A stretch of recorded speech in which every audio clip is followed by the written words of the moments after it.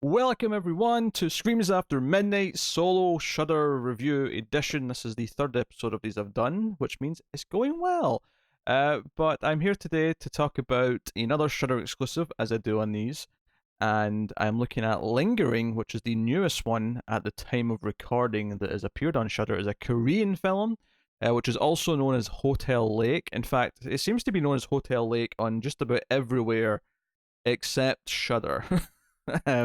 IMDb tells me Hotel Lake is the title in every other region, but Lingering is the US title, and because Shudder, despite the fact that I am watching on Shudder UK, it still has the US title. So Lingering's what it is called on there, and given that the whole premise of this series is that we're doing Shudder exclusives, Lingering is the main title, but Hotel Lake is also a title. But anyway, so I'll start spoiler free as I often do on here, and this is probably going to be a relatively short episode because I don't know how much I have to really say on this film.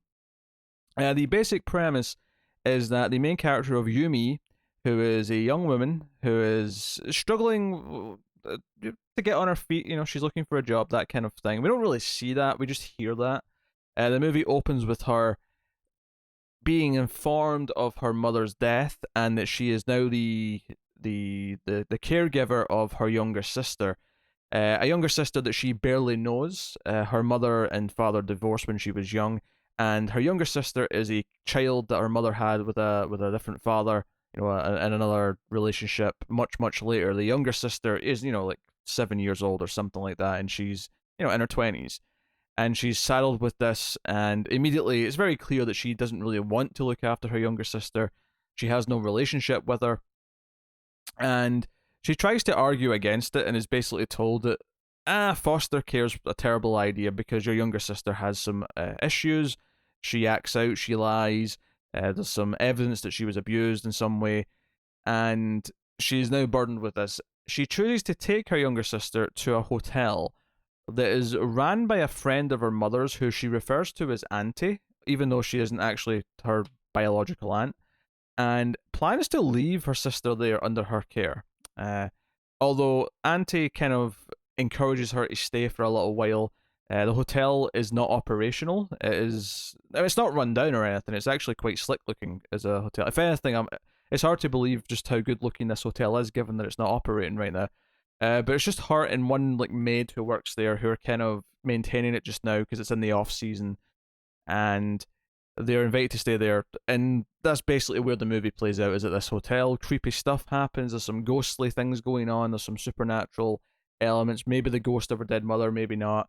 And there's a mystery that the flashbacks and things as the movie goes on unravels, and it ultimately reveals what really happened to her mother, who, as far as we don't really know this early on, but as the movie goes on, it's heavily implied that her mother committed suicide in the hotel. And I'll leave it there for spoilers just now. But there's more to it, and there's more that happens as we go. This is a tough one for me because I really wanted to like it. Like early on, there was a lot of positive things I thought from the outset, and that it's a fairly pretty movie. Not overly stylish, but fairly pretty, in that it's not obnoxiously looking. It's nice and bright and vivid during the day. The dark scenes look really dark and kind of broody. There's a couple of good creepy shots here or there, but there's also some really annoying. I mean, there's not a lot of them. I don't want to say this is a jump scare movie because there's not actually that many. There's one or two that weren't that great, but for the most part, it's not quite that. And I thought the direction was fairly solid. It was, early scenes were giving me a nice slow pacing of getting to know the main couple of characters. Unfortunately, as the movie went on, the problems with its script and the problems with its pacing kind of became more and more apparent. The film is just really slow, and I don't necessarily think it's actually that slow in the grand scheme of things. It's just it feels really slow because what's happening isn't that engaging. If I actually cared about the characters, if I was actually getting invested in the story as it was going, I think the slow pacing would be fine. I think the slow burn nature of the story unraveling and revealing things and just having little scares here or there and some moody stuff here, that would be fine. The problem is that as the movie goes on, you realize more and more that you don't really care about the mystery, you don't really care about the characters or what's happening. Despite the fact that I really wanted to, the movie just never really gave me anything to really go on. And the themes that it's playing with are quite obvious. Like you have this young woman Yumi, who is very clearly like been neglected by her mother and has a lot of resentment there. And now she's been saddled with now being the mother figure for this new kid. And the irony being that in being standoffish and being someone who doesn't want to care for her is essentially giving her new younger sister the same experience that she might have had when she was a kid. Maybe not the exact same, but you can see the parallels that are there. You can see what it's trying to do in terms of her arc, in terms of like, you assume that by the end of the movie, one way or the other, she's going to care about the well-being of her little sister. Whether that means it's a happy ending where she goes to live happily ever after with her, or it's a really sad ending where she cries her eyes out because her little sister has met her demise or something. That's what I was thinking early on. Is regardless of what the fates of the characters are, if they are all going to die, then she's going to care about it before she dies, and if they don't die, then it's going to end with them, wanting to be together and give us some kind of happy moral or lesson or emotional arc for them. The biggest problem with the film, though, is that by the time we hit the halfway point, it starts to use a lot of gimmicks, and more gimmicks in the script, more gimmicks in the storytelling than gimmicks in the direction, and it does suffer from one of my biggest tropes, one of my biggest, most hated pet peeves of modern horror is the waking up from the previous scene as if it was a nightmare, which is bad enough on its own, but then the added wrinkle that I really hate is when it kind of still happened anyway. And it actually does that like a few times in a row around the halfway or just get into sort of the start of the last third, kind of in that range of the movie. And when it starts doing that, it legitimately started to get very confusing. And not because the plot itself was actually complicated. Once things became a bit clearer later on, it was actually kind of clear just what was real and what wasn't. But there was legitimately scenes for a little portion of the film where I didn't actually know if certain plot points had happened or if it was just in a character's head or if it was just like a supernatural dream or something like that. And I got really confused to the point where when one of the plot points that did happen that I thought hadn't been real was brought up again, when when it was mentioned in a later scene and they said, hey, this thing's going on, I was like, oh wait, that's actually happening. Oh, okay, all right. I guess those scenes were real, and it was just the scenes that took place after and before that weren't. It got really absurdly confusing. Confusing in a way that I don't think it was supposed to be, and in a way that was not satisfying. It wasn't like I was watching a mystery that was kind of like psychological. It was just kind of disjointed. It was tough to kind of engage with what was going on. And maybe the biggest problem is that the mystery itself is just not that interesting. There's actually some tell signs kind of relatively early on, maybe about a third of the way through, where it's going and what the ultimate ending is going to be. And it's not really that satisfying once it happens. There's a couple of creepy shots. I mean, the movie completely lost me by the past, by the time we got to the back 30 minutes, I was completely, like, I knew I didn't like it. I knew it wasn't going to recover from all the faults that it had by that point. Which was a shame, because it's not a mess. It's not like a complete train wreck of a film. I don't think it's that bad. It's just not that good either. It's trying to be in some ways, but it just isn't ever that engaging. And that's almost more heartbreaking than when I watch something like Blood Vessel. At least Blood Vessel has stupid things to talk about. This, for the most part, doesn't. It just has some confusing choices in its structure and the way it presents some scenes. And ultimately, a very dull mystery that never really actually is all that, like, tantalizing. It's just whatever. It's like, as it starts to reveal these little things and it starts showing you these little flashbacks, I guess the biggest thing is that, like a lot of Asian horror from the early 2000s, it has that thing where towards the end it'll have like a sequence of flashbacks that are kind of strung together that are very emotional. They'll be desaturated, and it's essentially giving you the big scenes or the big incident that led to everything that's going on. And it's supposed to be emotional and somewhat shocking, and I just didn't really feel anything from it. I felt what I just told you. I felt, oh hey, this is kind of like the end of these other Asian horror movies. And for the most part, they never really, other than the one or two big examples where the movies were that good, and it did have this big kind of pay off. And but for the most part, a lot of the horror you saw at that time period were just kind of like ripping off the one or two big examples. And as a result, it just kind of reminded me of, 2004, 2005, when I was watching more horror movies from this part of the world, even Korea specifically. I think I watched like Into the Mirror, and I watched Phone and a couple other things. And it reminded me of those in that it was trying to like ride the wave of those films, but ultimately was just kind of unsatisfying and not terrible. Neither of those movies was that bad. They just weren't that great either. They were just kind of boring. They were kind of dull. And this film feels like it fits, it belongs in that, despite the fact that it's a 2020 movie. So it just, yeah, it feels like a relic of a time gone by. And when it wasn't, and especially in the same sense that it wasn't like a train wreck from the start, or I mean, it's never a train wreck. That's unfair. But in the same way that it felt like, oh, this could be good for the first 20 30 minutes, where I'm kind of okay, you're slowly introducing me to things. Direction feels fairly confident. Nothing. There's no huge red flags happening. It's just progressing well enough, and I'm kind of intrigued.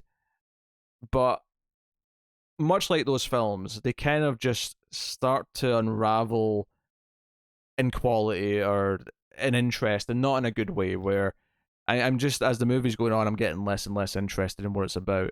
The story is by far the biggest problem with some of those movies, and I think it is here too, unfortunately, because the main couple of actors are fine; they're not bad by any means, and like I say, I think the direction's confident enough. I think the visuals are decent enough. It's just a shame that ultimately the story is not that good, and when it gets to the big beats, it's not that exciting. So I'll leave it there for spoiler free. I'll go into spoilers here. I should thank our Patreon producers though for the month. So thank you very much to Tyler Hess, Cindy Palacios, David Sharp, Board Now, Al Tribesman, Christopher Moy, Brett Williams, and David Brown.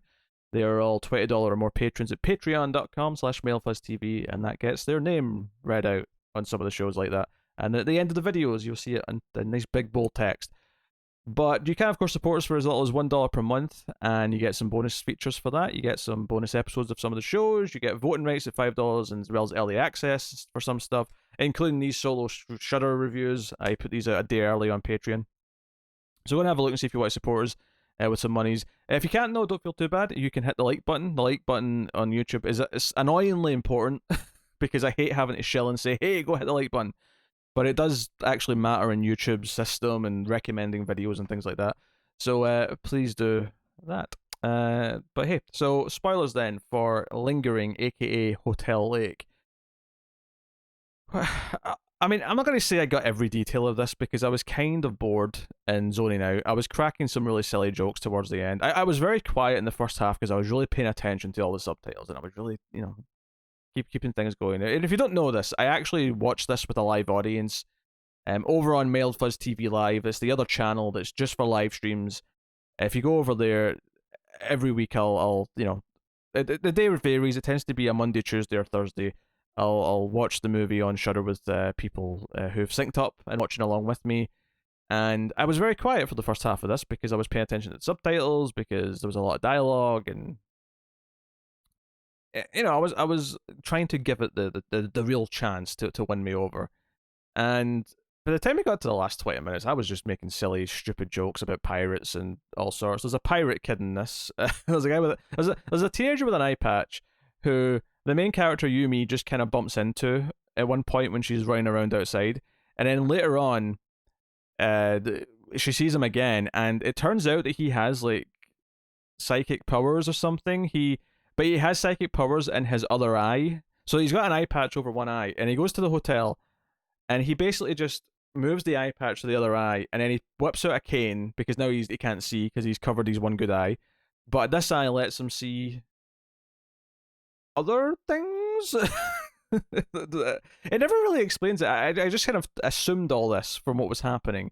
He seemed to be able to communicate with the ghosts and whatnot. That was kind of a weird little thing. There's a lot of stuff like that in this movie where it just does things, especially in the last like 30 or 40 minutes, where it just sort of goes down this path. The big plot points though is that the mother's, because the mother stayed here for a while before she died, of course, and her room's kind of creepy, and the kid keeps going in there, and the kid keeps saying she's seeing things, but ultimately the plot really gets going when the kid disappears. Like the kid, like she bonds a little bit with her big sister. Uh, Yumi takes her to a like a fairground, and like she's on the carousel and yada yada yada. And that stuff's all fine, but she eventually goes missing, and this is the plot point that I wasn't sure was real, because Yumi basically makes the choice. She's offered a job. The auntie offers her a job to stay at the hotel, and hey, why don't you get a job here? You need a job. Why don't you stay here? You can help raise your sister, and you can help run the hotel. You know, you can have a decent job here.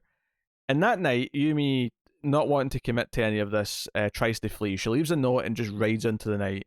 And she actually turns back because she gets a phone call that the little sister has disappeared. That maybe she's been kidnapped or something, and the police are getting involved and all sorts. And that all sounds fine, like in terms of plot, right? Okay, that's easy to understand and whatnot.